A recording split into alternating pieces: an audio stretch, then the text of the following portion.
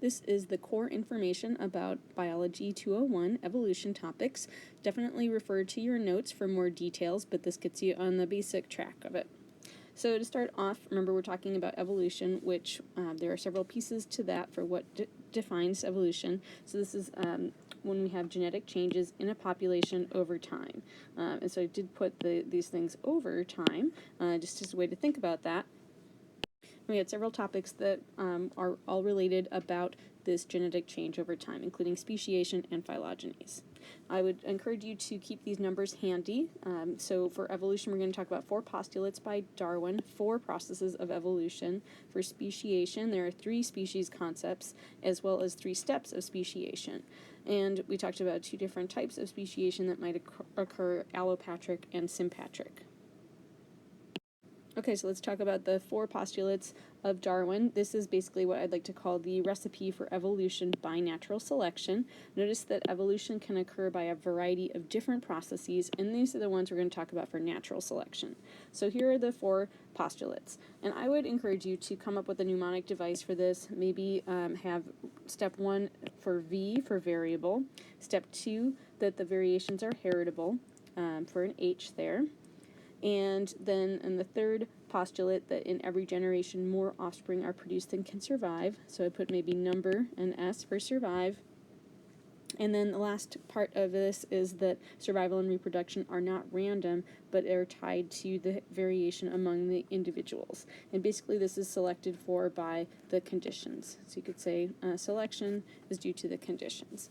And so all 4 of these things need to be met for us to be able to say that evolution has occurred by natural selection. To talk you through a little bit more of this, so basically there can be no changes if there's no variation. So variation is absolutely crucial for change to happen. Then variations need to be heritable. So as we said, this is genetic change. That's part of our definition of evolution. So if it's not heritable, then there's no way for it to be passed on to the next generation. And so while those things might happen, then these are not changes due to evolution by natural selection. If we think about populations in the big, wide, open world, realistically, life can be pretty hard for a lot of organisms, and very few of them may survive due to conditions. Like these little turtles that are on the beach here, they might get picked off by predators, and so let's say maybe only 10% of them survive.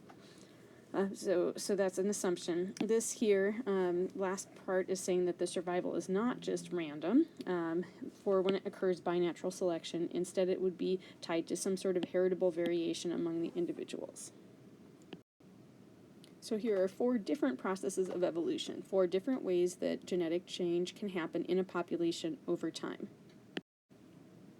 So we've talked some about natural selection already. Remember, that is a very special scenario in which the change is due to the conditions, and here the changes are not random. So natural selection is the only scenario which is not random for a process of evolution.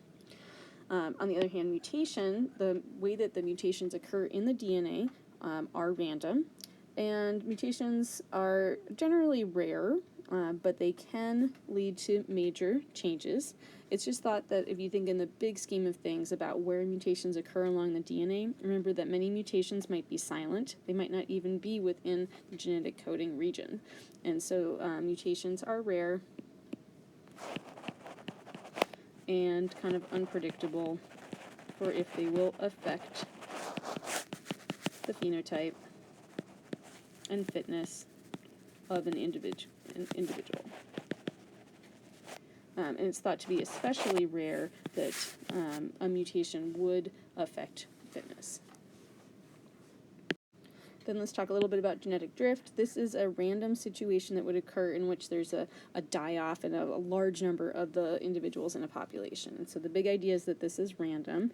There's 2 different ways we talked about that this could occur. One is due to a bottleneck, and another is due to founder effect.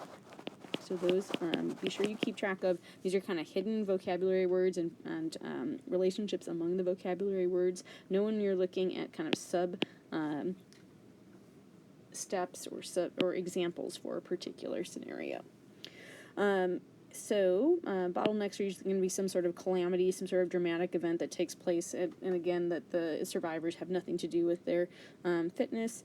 Then founder effect is when we have an original population and a handful of individuals go to a new location and they establish another population there.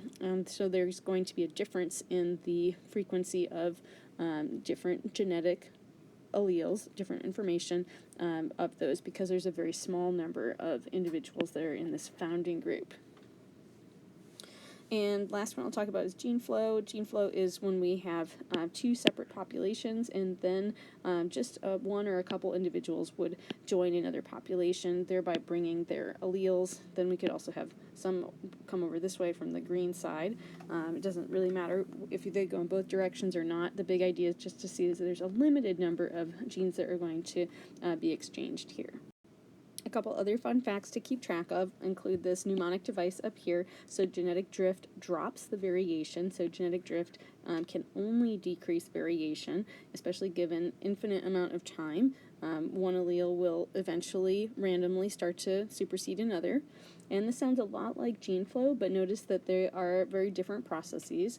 Gene flow talks about to and fro, and so we're not talking about loss of variation here, we're talking about kind of equalizing the differences across these two populations.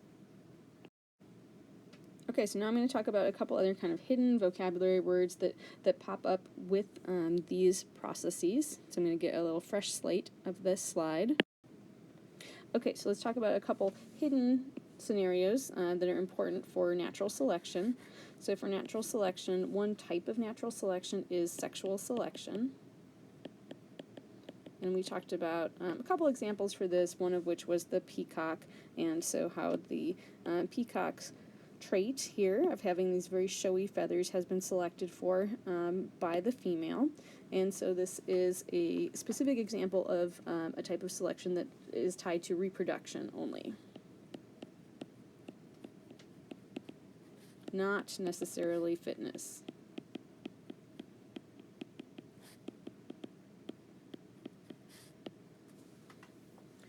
A couple other things that you mostly saw in lab that had to do with natural selection are the types of natural selection.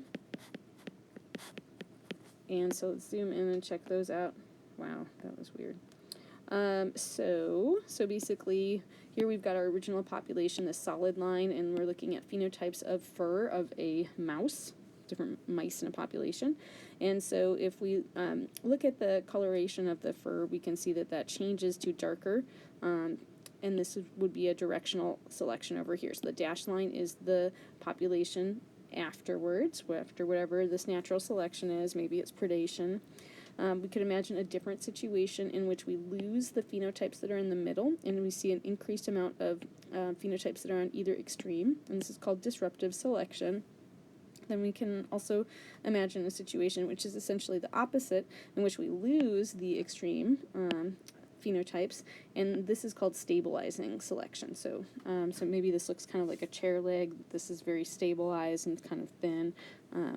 There's also balancing selection if it looks exactly the same before and after. And that's not shown by these images, but it would look the same here and then have little dashed lines that are the same shape.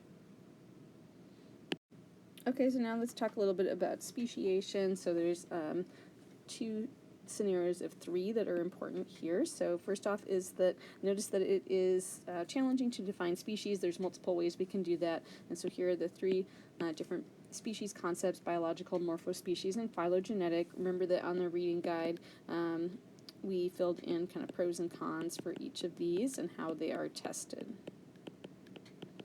or how we can come up with these definitions and descriptions of a particular species. Then let's talk a little bit over here about the steps of speciation. And so there are 3 steps here.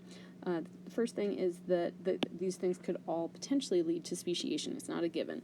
So the first off is that we'd have reduced or interrupted gene flow, and so that means that the populations could start to become different from each other. Which is the step 2 here, divergence, and so this is how the populations might start to become different. This could be due to natural selection and or genetic drift. Remember that genetic drift is always happening, at least at a low level, and then natural selection can happen depending on the conditions. And then basically the third step here is that if and when the two populations come back into contact, that they would find that they were reproductively isolated, in which they could not produce fertile offspring. And so here's a variety of different ways that there could be barriers to the reproduction.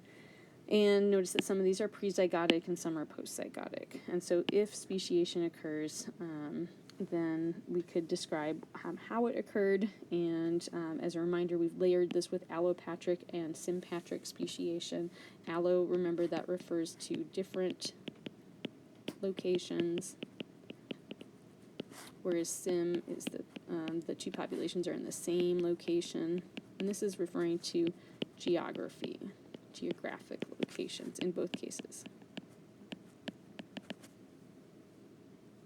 So basically, a prezygotic barrier of geographic isolation is only relating to allopatric, and then any of these other scenarios can relate to the sympatric speciation. So it might be because the organisms live in a different part of a tree.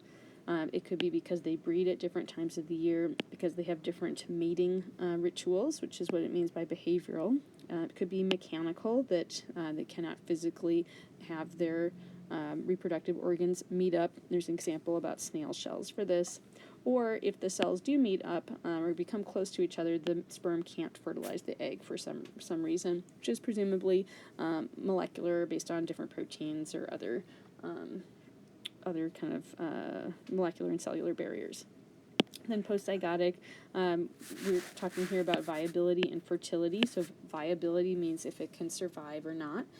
So